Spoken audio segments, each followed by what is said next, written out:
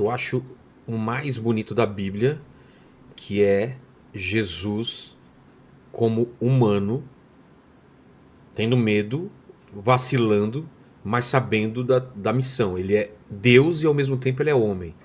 Então, quando ele pede para afastar o cálice, Essa é uma boa pergunta. que é aquele momento? Essa pergunta sua é ele sabe o que vai fantástica. acontecer, ele sabe a missão, ele sabe que tem que fazer aquilo, mas ao mesmo tempo tem o lado humano que fala: meu Deus, eu vou sofrer, eu vou passar uma humilhação. Ele sabe o que espera ele. Vilela, Que momento é esse? Você está fazendo para mim a pergunta mais importante da história do cristianismo. Exato. Naquele momento, o que é isso? Eu vou explicar. Ele poderia, o lado humano dele, falar: não, eu sou Deus, eu não preciso passar por isso. Eu vou explicar isso aí. Então vamos montar a cena. Vamos colocar o contexto. Vamos montar a cena. Jesus tinha acabado de sair do cenáculo, certo, onde ele encerra um ciclo. A Páscoa judaica, o judaísmo vem até ali no cenáculo, quando a mesa está posta, o cordeiro assado, os pães sem fermento, ervas amargas. Aquilo tem um significado muito forte. Muito forte, muito forte. A Páscoa... Porque ele é judeu e aquele povo... Isso. Aquilo é super importante. Muito importante, porque isso representava a libertação da escravidão do Egito. Foi o Êxodo. Então, ali naquele momento, Jesus pega o pão, o parte e diz: este corpo, este pão é o meu corpo. Por que ele faz isso? Por quê? Qual o significado? Qual o significado disso? Porque a partir daquele momento, ele era o cordeiro que tira o pecado do mundo. E ele era o ofertante. Ele era o ofertante e a oferta. Ele era o sacerdote e o cordeiro. A partir daquele momento não tem mais matança de cordeiro. A partir daquele momento não tem mais derramamento de sangue em altar. Por quê? Não. Ali a Páscoa judaica estava se cumprindo. A consumação da Páscoa judaica aconteceu ali. A partir dali não tem mais a Páscoa de matança de cordeiro, de sangue derramado. A partir dali você tem agora a ceia do Senhor, o sacramento da ceia, a Eucaristia, que deve relembrar a morte de Cristo até a sua volta. A partir dali ele pega um cálice com vinho e diz: este cálice é a nova aliança em meu sangue. Ou seja, ele está inaugurando a nova aliança. E na nova aliança, ele vem como sacrifício.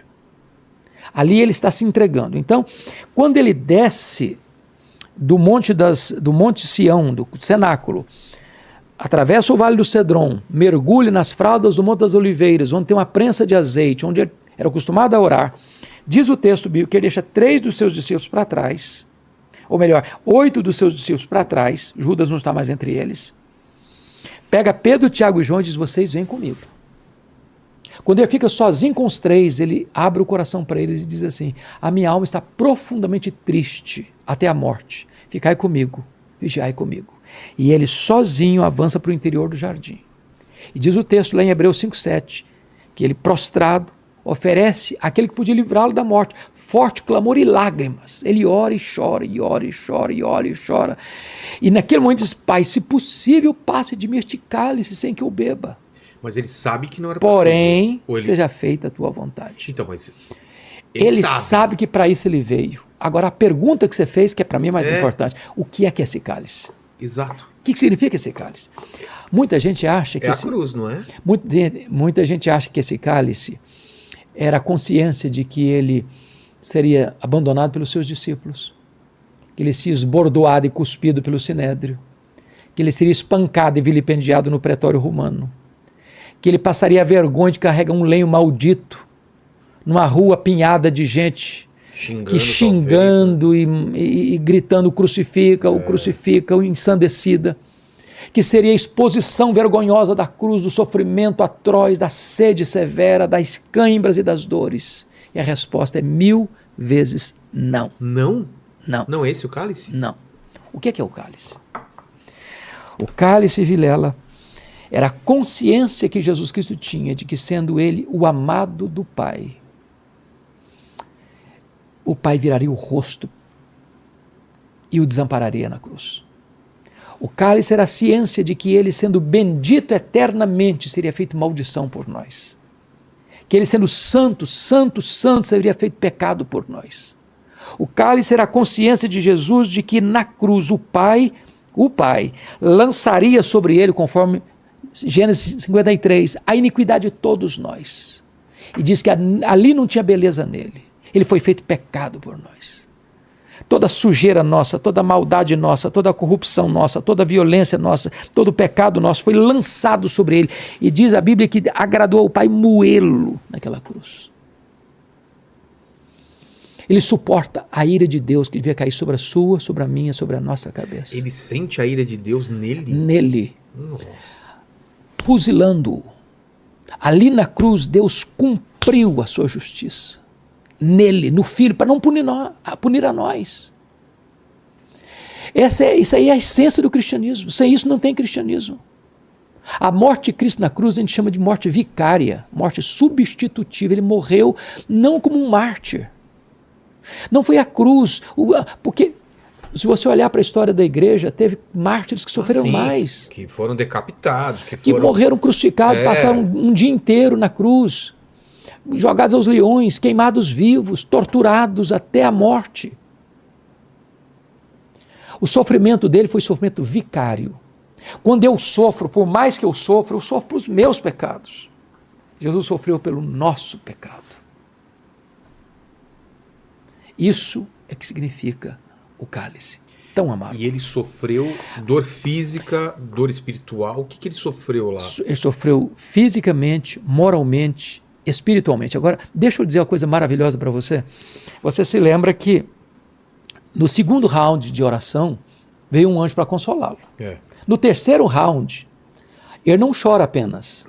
Ele sangra. Isso. Por que significa isso? Significa que a dor, isso a medicina explora isso. Pelos poros a intensidade do sofrimento dele, da agonia dele era tal que os vasos sanguíneos começam a se romper.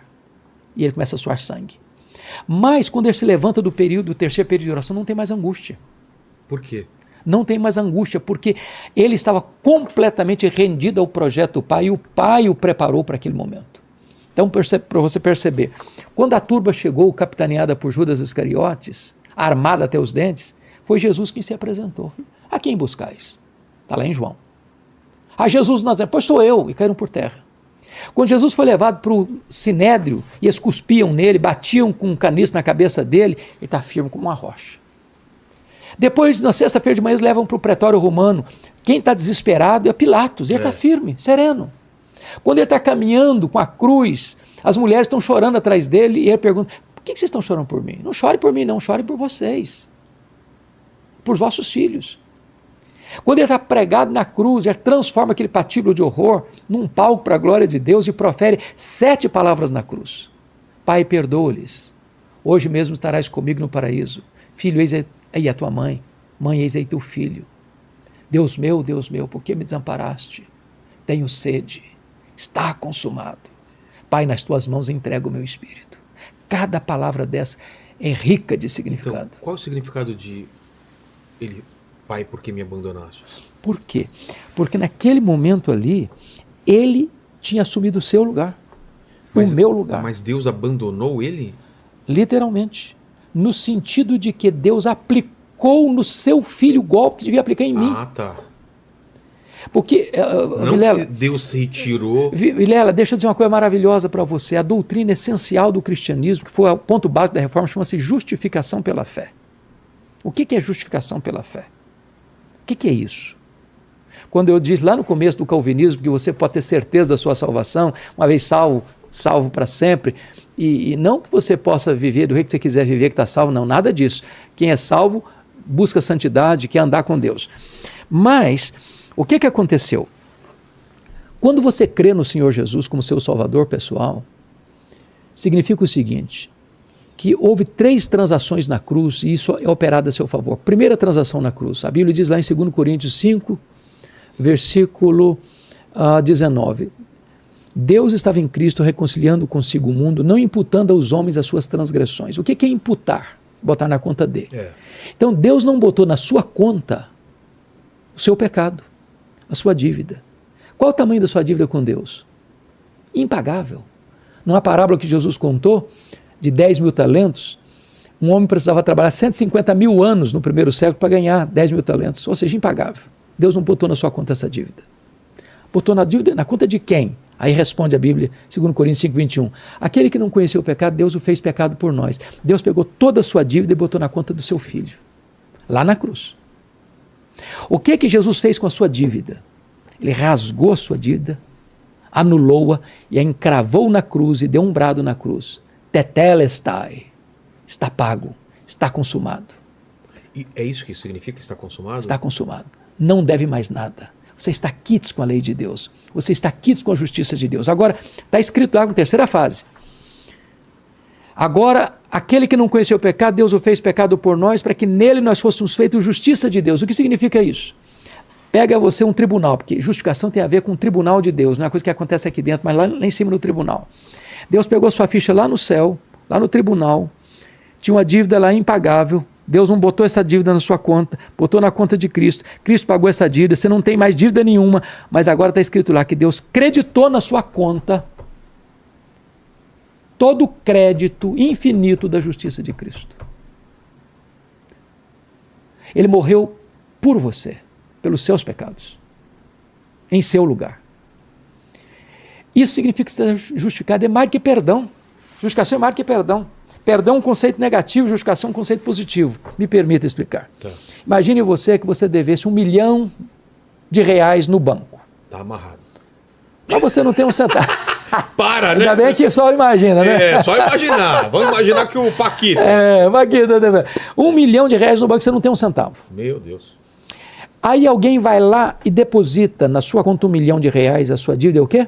Perdoada. Perdoada, quitada. Você não deve, você não dá. Está pago, está pago. Mas se você estava quebrado, você contou, você não tem mais dívida. Isso é perdão. Isso é perdão. O que é justificação? É muito mais do que perdão, porque perdão é um conceito negativo. Justificação significa que todo o crédito da justiça de Cristo é depositado na sua conta.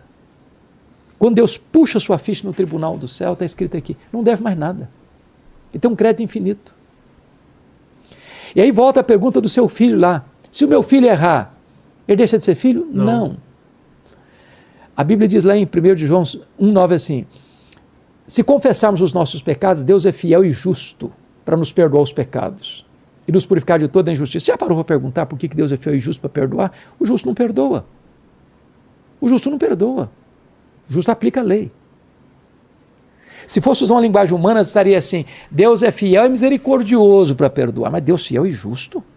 Me permita ilustrar para você entender o que estou falando. Imagine que nós estivéssemos aqui com as nossas respectivas famílias. Tá. Filhos pequenos, filhos... Tal. Entra um bandido no meio da nossa família, saca uma arma e tira a vida de um dos nossos filhos. A polícia pega essa pessoa, bota na cadeia, ele vai a júri, 7-0, 30 anos de cadeia. Pergunta a você, em nome da justiça, o juiz pode dizer para esse cidadão criminoso, pode ir para casa. Você está liberado. O juiz, em nome da justiça, pode fazer isso? Não. Por que não? Porque existem regras. Porque o papel do juiz é o quê? Aplicar a lei. Exato. E a justiça. E fazer exercer a justiça. Então, como é que Deus é fiel e justo?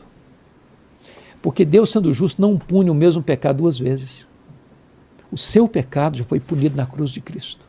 Quando você creu em Jesus, todos os seus pecados do passado, do presente e do futuro foram levados na cruz.